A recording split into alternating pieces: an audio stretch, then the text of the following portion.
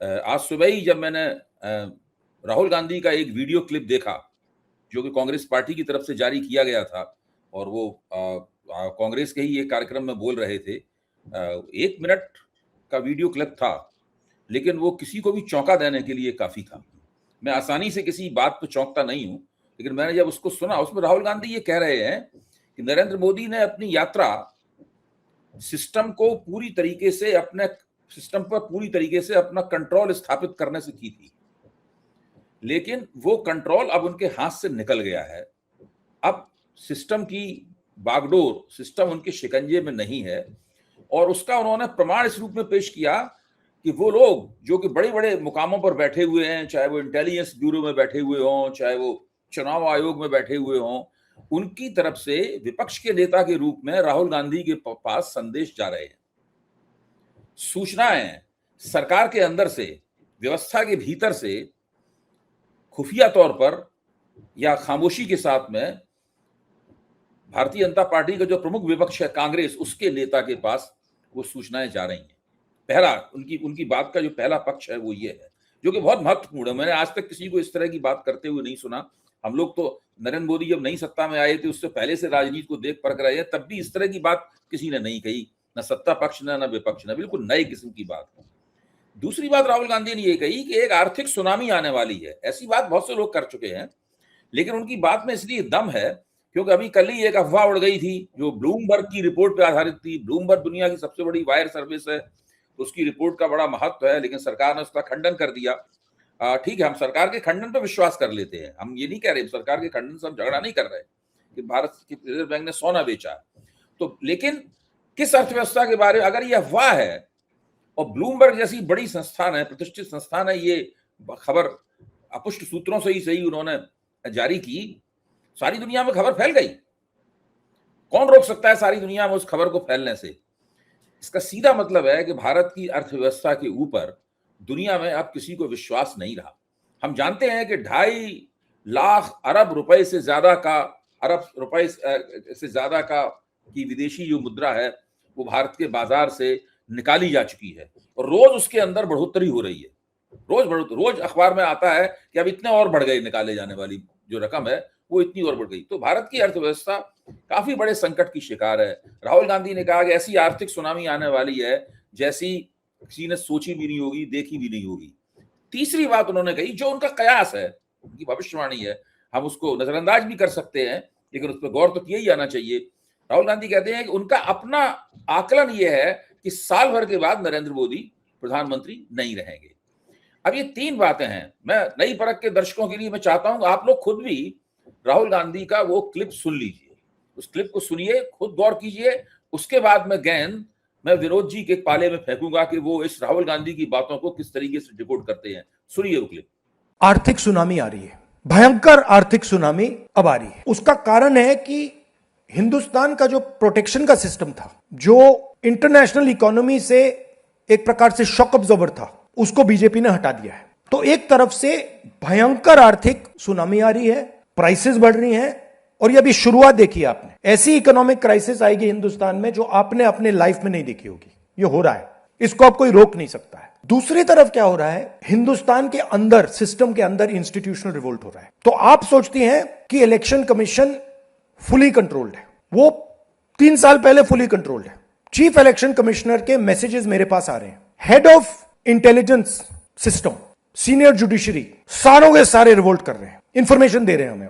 तो जो कंट्रोल का सिस्टम था एक तरफ से, वो कोलैप्स कर रहा है अंदर से, क्योंकि लोगों को दिख रहा है कि जनता का प्रेशर अब ऐसा भयंकर आएगा, अगर हम इस रास्ते पे चलते गए तो हमारे लिए रिस्क हो जाएगा।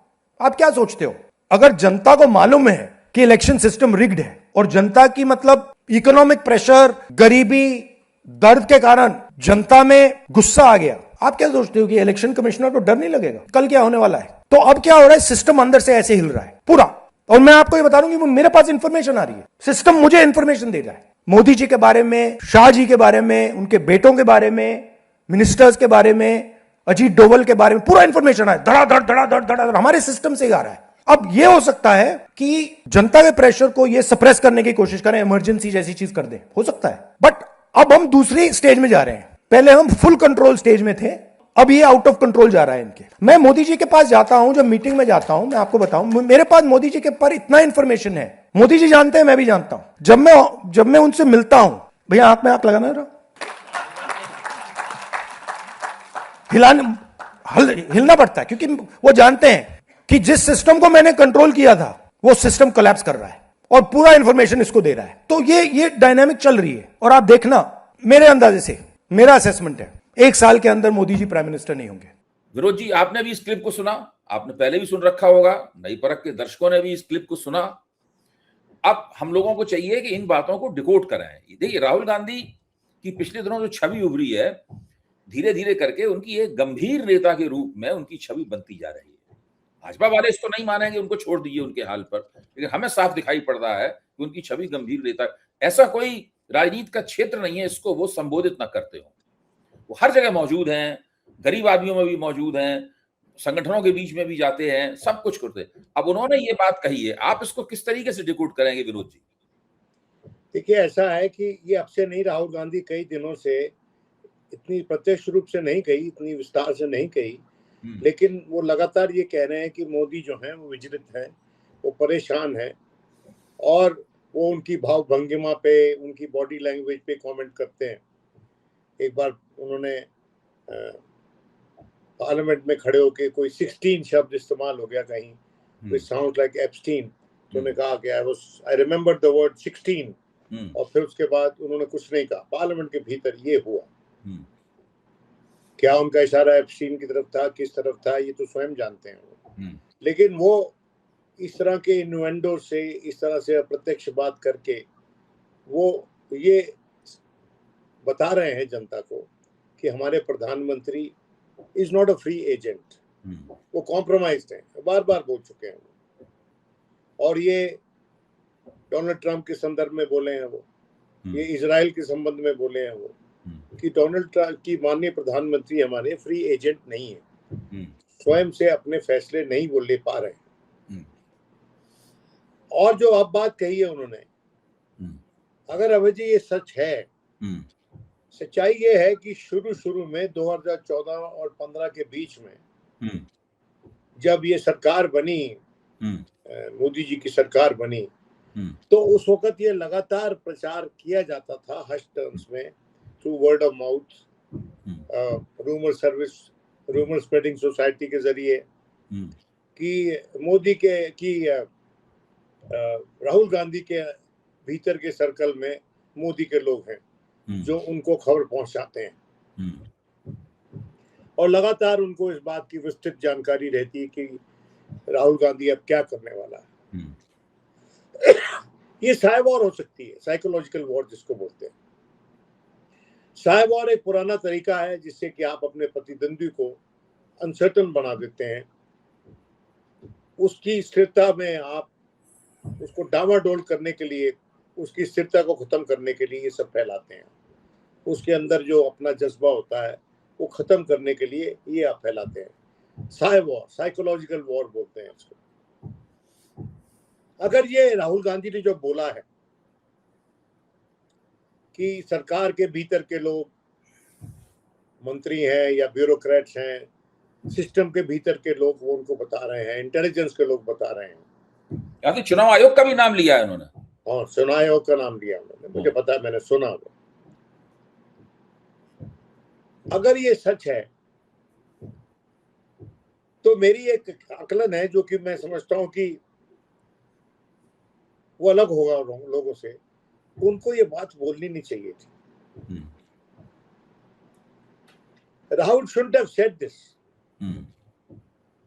अगर अंदर इतनी उथल पुथल मची हुई है और फैलते हुए रायते को समेटने का वक्त क्यों दे रहे हैं अपने प्रतिद्वंदी को? आप क्यों बोल रहे हैं? आप चुप रहिए। मैं समझता हूँ इसके विपरीत बोलना चाहिए उनको कि सरकार तो ठीक ही चल रही लगती है, ताकि वो इंफॉर्मेशन उनके पास आती रहे। ये बातें प्रत्यक्ष रूप से करने वाली नहीं होती जो उन्होंने कर दी है। इसका अंजाम क्या होगा मैं नहीं जानता हूं, पर क्या जो इंफॉर्मेशन उनके पास आ रही है अंदर से वो ड्राई अप नहीं हो जाएगी? आप बताइए मुझे। लेकिन इसमें दोनों बातें हो सकती हैं, मैं चर्चा के लिए कह रहा हूं, दोनों बातें हो सकती हैं। एक तो ये हो सकता है कि वो इसको एक साइकोलॉजिकल वॉर, इसके लिए या मनोवैज्ञानिक युद्ध के लिए भी इस्तेमाल करना चाहते हैं, क्योंकि राजनीति तेजी से बदलती रहती है। वो इस बात को कहकर नरेंद्र मोदी और उनकी व्यवस्था, उनके जो नजदीकी जो कोटरी है उनकी, इसमें नरेंद्र मोदी घिरे रहते हैं, उसमें अमित शाह प्रमुख हस्ती हैं, और भी कुछ लोग होंगे, हमें उनके ज्यादा नाम नहीं पता, लेकिन पीएमओ मान लीजिए उसको, पीएमओ के अफसरान जो हैं, उन सबके बीच में काफी खदबदाहट हुई होगी जरूर। भाई एक तो तरीका ये है कि वो लोग व्यंग से मुस्कुराए होंगे, अरे कहने दो, कोई फर्क नहीं पड़ता, हमारा सिक्का चल रहा है, बिल्कुल सब कुछ हमारे कब्जे में है, इनको कहने दो, इनको खुश रहने दो, मुगालते में रहने दो। एक तो प्रतिक्रिया ये हो सकती है। ये अति आत्मविश्वास में भी प्रतिक्रिया हो सकती है, और असली प्रतिक्रिया भी हो सकती है कि वास्तव में वो काबिज हों। अच्छा, देखिए क्या हो सकता है और क्या हो रहा है। छोटी सी बात और कह दूं, दूसरा ये है कि राहुल गांधी इसका दोनों तरह का इस्तेमाल करना चाहते हो, कि वो साइकोलॉजिकल हिट भी चाहते हो, एक मनोवैज्ञानिक उन्होंने हमला भी किया है, और साथ में सिस्टम को भी उन्होंने संदेश दे दिया है कि भाई हमारा युद्ध शुरू हो गया है, अगर आप जीतना आखिरकार हमें ही है, साल भर में इनको हटना है, आना हमें ही है उनकी जगह, इसलिए आप सोच लीजिए आपको क्या करना। जी देखिए, इसको इस संदर्भ में देखिए कि लगातार राहुल गांधी ये भी कहते रहे कि आपकी जवाबदेही बनाएंगे हम। उन्होंने सेंट्रल जो हमारा बार-बार ये बात कही, बार-बार कही, लगातार कई बार ये बोला है, हम आपकी जवाबदेही बनाएंगे, ये बार-बार बोला है। पर मैं एज ए जर्नलिस्ट रिएक्ट कर रहा हूँ अभय जी, एज ए जर्नलिस्ट कोई मुझे मेरा सोर्स पूछे और मैं बता दूं तो मैं तो आउट ऑफ बिजनेस हो जाऊंगा। ऐसी खबरें जो आपके पास आ रही हैं और बायसियत लीडर ऑफ ऑपोजिशन, आप बड़े नेता हैं सदन में, अगर ऐसी खबरें आपके पास आ रही हैं बीजेपी के भीतर से, और ऐसी खबरें जो अगर आपके पास आ रही है इंटेलिजेंस सिस्टम के भीतर से, तो इनके पास तो अपना एडगर हूवर है। एडगर हूवर का नाम हमारे दर्शकों ने शायद सुना हो या ना सुना हो। एफबीआई का वो डायरेक्टर हुआ करता था जॉन कैनेडी के रूल के दौरान, और कैनेडी के लिए उन्होंने जो मुश्किलें पैदा की, उनके बारे में जो भ्रांतियां फैलाई, उनके बारे में जो र्यूमर्स फैलाए, और उनकी जो गवर्नमेंट को अनस्टेबल करने के लिए जो उन्होंने काम किए, वो एडगर हूवर की फिल्में बनी हुई, किताबें लिखी हुई। और आजकल के जमाने में अपने आप को एडगर हूवर के तर्ज पे काम करने वाले कई लोग इंटेलिजेंस कम्युनिटी में हैं, पर वो सरकार को डावाडोल करना चाह रहे हैं या विपक्ष को, ये मैं नहीं जानता हूं। मुझे लगता है कि उनका जो एजेंडा विपक्ष को डावाडोल करने का ज्यादा है और सरकार को बचाने का ज्यादा है। देखिए बात यह है कि अगर ऐसा हो रहा है, मान लीजिए प्रिजम्पटिवली कि ऐसा हो रहा है और सही बात कही है राहुल गांधी ने, तो मैं समझता हूं ये सरकार के लिए अच्छा संकेत नहीं है, क्योंकि जब भी कोई जहाज डूब रहा होता है तो चूहे सबसे पहले उसमें से बाहर निकल के कूदते हैं, और वो चूहे ब्यूरोक्रेसी। जब कोई सरकार गिर रही होती है, सबसे पहले जो पलटता है, जिसका तेवर पलटता है, वो ब्यूरोक्रेसी होती है। सबसे पहले जो पाला बदलते हैं वो ब्यूरोक्रेसी होती है। अगर ऐसा हो रहा है तो इस सरकार के आदेशों का अनुपालन भी नहीं हो रहा होगा, इनकी रिट नहीं चल रही होगी। कोई भी सरकार इकबाल से चलती है, अपने आदेशों के अनुपालन से चलती है। अगर ऐसा हो रहा है तो फिर तो आज की सरकार चलाने में सक्षम नहीं होगी। आज के जो निजाम है, आज के जो रूलर्स हैं, तो देख लेते हैं आने वाले वक्तों में क्या होता है। गुरु जी, क्या आपको लगता है कि सरकार बाकायदा ठीक ठाक तरीके से चलनी चाहिए, चल रही है? मुझे तो लगता ये है कि अगर राहुल गांधी ने नहीं भी कहा होता, ये बातें नहीं भी कही होती, तब भी हम लोग मोदी सरकार के तमाम मंत्रालयों का अगर अलग अलग एक क्विक सर्वे करते उनके कामकाज का, तो हम पाते हैं कि इनके जो 5-6 सबसे बड़े मंत्रालय हैं, ये सारे के सारे मंत्रालय बिल्कुल ढक्कन पड़े हुए हैं। विदेश मंत्रालय की हालत देख लीजिए, अर्थ मंत्रालय की हालत देख लीजिए। देखिए अगर आपका धुरी, आपका नेता कंट्रोल फ्रीक हो, हर चीज में अपना हस्तक्षेप चाहता हो, दो ब्यूरोक्रेट की ट्रांसफर हुई हो, उसके लिए भी क्रेडिट खुद चाहता हो। सीबीएसई के 2 ब्यूरोक्रेट की ट्रांसफर हुई, एक को एग्रीकल्चर मिनिस्ट्री में भेज दिया, दूसरे को वापस बुला लिया अपने पास गृह मंत्रालय ने, अपॉइंटमेंट वेटिंग लिस्ट पे डाल दिया, कंपलसरी वेटिंग शायद जिसको बोलते हैं। तो उसके लिए भी अखबारों में खबर चलती है, टेलीविजन चैनल में खबर चलती है कि the PM himself is monitoring the situation. ये अच्छा संकेत नहीं है। आप अगर इतना सेंट्रलाइज कर लोगे पावर को, डिसीजन मेकिंग को, तो मतलब ये है कि डिसीजन मेकिंग नहीं हो रही, कोई काम नहीं चल रहा, कोई सरकार नहीं चल रही। ये इंदिरा गांधी के जमाने में हो गया था, जब सब कुछ उन्होंने अपने हाथ में ले लिया, और उन्होंने ये तो छोड़िए, कांग्रेस पार्टी को भी इतना सेंट्रलाइज कर दिया कि उनके लिए मुश्किल हो गई। तो इसलिए मैं बार बार कहता हूं, ये गाली तो देते हैं लेकिन सीखते नहीं है उनकी गलतियों से। विनोद जी, बीच में एक बात कह दूं, एक वरिष्ठ किसी अफसर से मिले और उसने कहा कि भाई देखिए आप बहुत व्यस्त रहते हैं, आप माफ कीजिए मैं आपके कीमती वक्त में से समय ले रहा हूं। तो जवाब ये मिला, अरे हम बिल्कुल व्यस्त नहीं रहते, हमारा काम तो केवल फाइल को पीएमओ भेजना है और इंतजार करना है उधर से क्या आएगा। बहुत से मंत्रियों का काम फाइल को पीएमओ भेजना है, बिल्कुल, और ऐसे मंत्रालयों के मंत्रियों का काम फाइल को पीएमओ भेजना है। मैं उनको नाम लेते हुए डरता हूं। हम एक दिवंगत हो गए नेता, बीजेपी के बड़े नेता थे, उनके बारे में एक समय में ये कहा जाता था कि रात देर तक दफ्तर में बैठते हैं क्योंकि पीएमओ से फाइल आने में देर हो जाती है। जो निर्णय होता था सिर्फ उनको अपना हस्ताक्षर करना होता था उसमें, वो सिर्फ एक व्यक्ति की बात करना होता, और उनको डायरेक्टली, मैं समझता हूँ उनको डिलिबरेटली साइडलाइन किया गया। एक समय में वो केंद्र पे थे हर निर्णय के, लेकिन वो अलग बात है, वो तो सुनी सुनाई बात है, उसके लिए कोई प्रूफ नहीं है हमारे पास, लेकिन उनकी बॉडी लैंग्वेज से बहुत कुछ पता चलता था। मेरा ये कहना है अभय जी कि अगर ऐसा हो रहा है और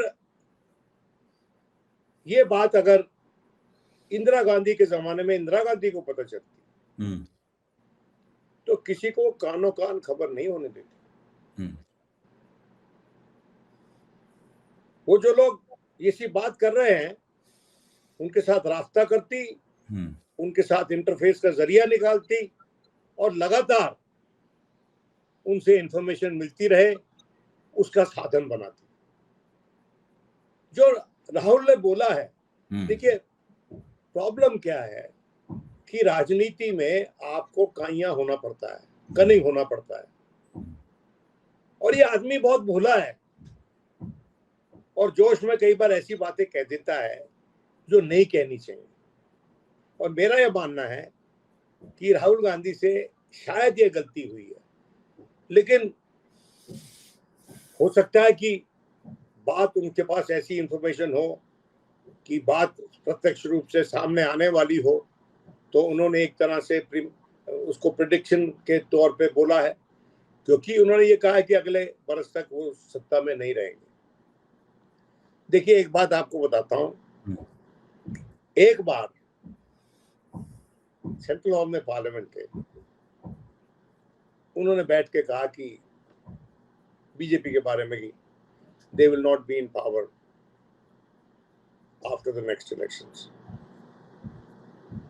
And this was the second election which brought them to power, BJP, second time. 19 का इलेक्शन, और वो बोल रहे थे सेंट्रल हॉल में, उन दिनों सेंट्रल हॉल खुला होता था, तो एक सीनियर नेता बैठा हुआ था, ये बोल रहे थे और वो यूं सिर हिला रहा था अनअप्रूविंग। तो राहुल में एक ये वीकनेस है, लेकिन मैं उसकी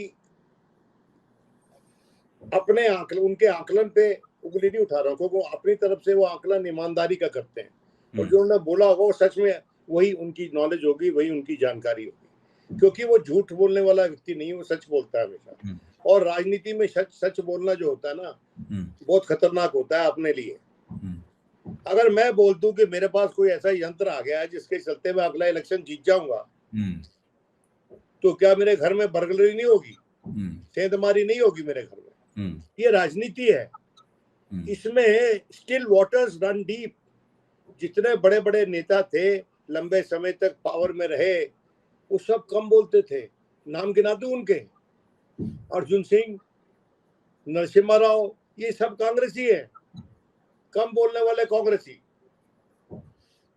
इंदिरा गांधी बहुत कम बोलती थी, राहुल गांधी अपने बेटे की तरह, राजीव गांधी अपने बेटे की तरह था, बात कह देता था, कहने का तरीका था उसका अलग था। मुझे तो लगता है विनोद जी कि थोड़ा राहुल गांधी ने ये जानबूझ के भी गेम खेला है थोड़ा।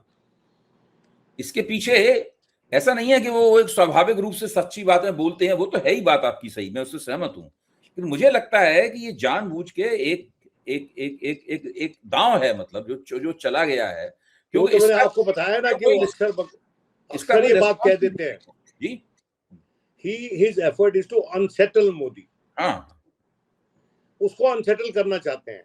हाँ, लेकिन ये अनसेटल करने के लिए अगर ये बात इन्होंने कही और सच में इनके पास अंदर से जानकारी आ रही है, तो ये इन्वेस्टमेंट बहुत ज्यादा है too merely to unsettle Modi. ऐसे में तो आपको एक जरिया लगातार बनाना चाहिए जिसमें कि आपके पास इंफॉर्मेशन आती रहे और खड़े होके सदन में और तरीके से आप सरकार की जवाबदेही बनाते रहें। लेकिन देखिए, हमने देखे हैं हमारे देश में ऐसे पॉलिटिशियन, इनके अपने दादा, इनके अपने दादा नहीं परदादा, वो he was one investigative politician। पहला स्कैम नेहरू के जमाने का जो जीप का स्कैम था, वो उन्होंने निकाला था और उन्होंने पार्लियामेंट में खड़े हुए कहा था कि दिस मिनिस्टर, मैं उनके ग्रेट ग्रैंडफादर की बात कर रहा हूं, राजीव गांधी के पिता की बात कर रहा हूं। उन्होंने खड़े होकर कहा कि the honorable minister the other day called me a lapdog of Nehru। Mr. Speaker, वो डिबेट शुरू कर रहे थे उस स्कैंडल पे, and he thought that he himself was the pillar of the Congress party। Now I shall do to him what a dog does to a pillar।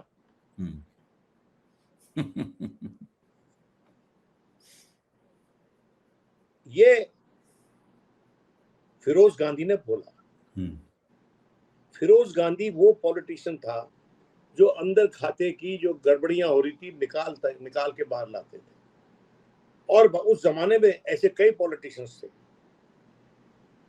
Gurudas Dasgupta एक politician हुआ करते थे सीपीआई के, और उन्होंने बड़े बड़े स्कैंडल निकाले मित्तल्स के खिलाफ, जो स्टील के कारोबार करते हैं, उन्होंने निकाला। मैं ये कहना चाहता हूं कि राहुल गांधी, अगर उनके पास जानकारियां मिल रही हैं, and if he is listening to me, I don't want to be the advisor, but we are both discussing कि अगर उनके पास अंदर खाते की जानकारी आ रही है, then he should become a politician who can bring out information which media is not able to bring out or media is not willing to bring out। और वैसे में जो बाहर प्रत्यक्ष रूप से बाहर इंफॉर्मेशन नहीं आ रही है, ऐसी जानकारी को ठोस सबूत के साथ पेश करे सदन में, और जिससे कि जवाबदेही बनेगी सरकार की। और अगर कुछ ऐसा हो रहा है तो, और देखिए, बाइडेन के खिलाफ ये बोला जाता था कि Biden has lost his qualities, और उस वक्त जब बोला जाता था तो बड़ी भर्त्सना होती थी।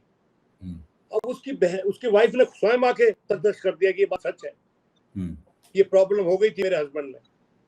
उसकी वाइफ ने बोला है। देखिए, सिस्टम को स्ट्रांग रखने के लिए और देश के हित में काम करने के लिए कई बार व्यक्तिगत जो अपनी इंफॉर्मेशन भी होती है वो भी बड़ी बड़ी लोकतंत्र में लोग प्रत्यक्ष कर देते हैं कि आगे से ये गलतियां ना हो। और मैं समझता हूं कि उस दिशा में राहुल गांधी को काम करना चाहिए। और ये कहना कि अगले बरस तक सरकार गिर जाएगी इज नो ग्रेट ब्रेविटो। अब मैं कैसे मान लूं कि अगले बरस गिर जाएगी? मैं क्या पैसा लगा दूं इसमें मार्केट में? I am not a speculator. मैं कोई सट्टा तो नहीं खेलता। लेकिन मेरा ये कहना है कि अगर ऐसा कुछ हो रहा है तो ये मामला बहुत चिंताजनक है और ये एक ऐसा विषय है जिसपे कि राहुल गांधी को या तो प्रेस कॉन्फ्रेंस करनी चाहिए या फिर जब पार्लियामेंट का सेशन बैठेगा, मॉनसून सेशन आने वाला है, उसमें खड़े होकर ये बात कहें और प्रधानमंत्री से जवाब मांगे और इंस्टेंसेस दें कि कैसे कैसे सरकार के आदेश का अनुपालन नहीं हुआ, कैसे कैसे लोग चिंतित हैं। अगर इलेक्शन कमीशन के भीतर से उनको इंफॉर्मेशन मिल रही है तो इससे बड़ा गोल्डन इंफॉर्मेशन कहाँ आएगा उनके पास? अपॉर्चुनिटी कहाँ आएगा? और वो इंफॉर्मेशन कौन दे रहा है? या हरीश कुमार दे रहा है या बाकी के दो दे रहे हैं? ये सवाल है। और देखिए, सच्चाई है कि अगर ऐसा कुछ हो रहा है तो मुझे आज के दिन थोड़ी सी चिंता है कि जो भी दे रहा है उसका क्या होगा। हमने इस देश में नागरावाला केस में जो जो लोग थे विटनेसेस, उनमें से कोई बचा नहीं। और एक जो बचे थे, पंडित हरिदेव एसीपी होते थे पार्लियामेंट सीट के पहले, बाद में, और राहुल देव के फादर जो फिल्म एक्टर हैं उनके father, he was the only man who survived the Nagarwala, who was one of the persons aware of the scandal. तो ये बात ध्यान में रखनी चाहिए और इसलिए ये सब बातें प्रत्यक्ष रूप से करने वाली नहीं होती है।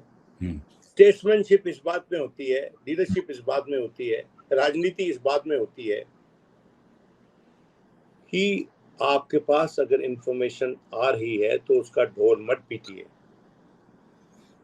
उसको चुपचाप सुनिए और संजोइए किसी किताब में, बस्ते में, किसी लेजर में, कहीं पर आप उसको कैटलॉग कीजिए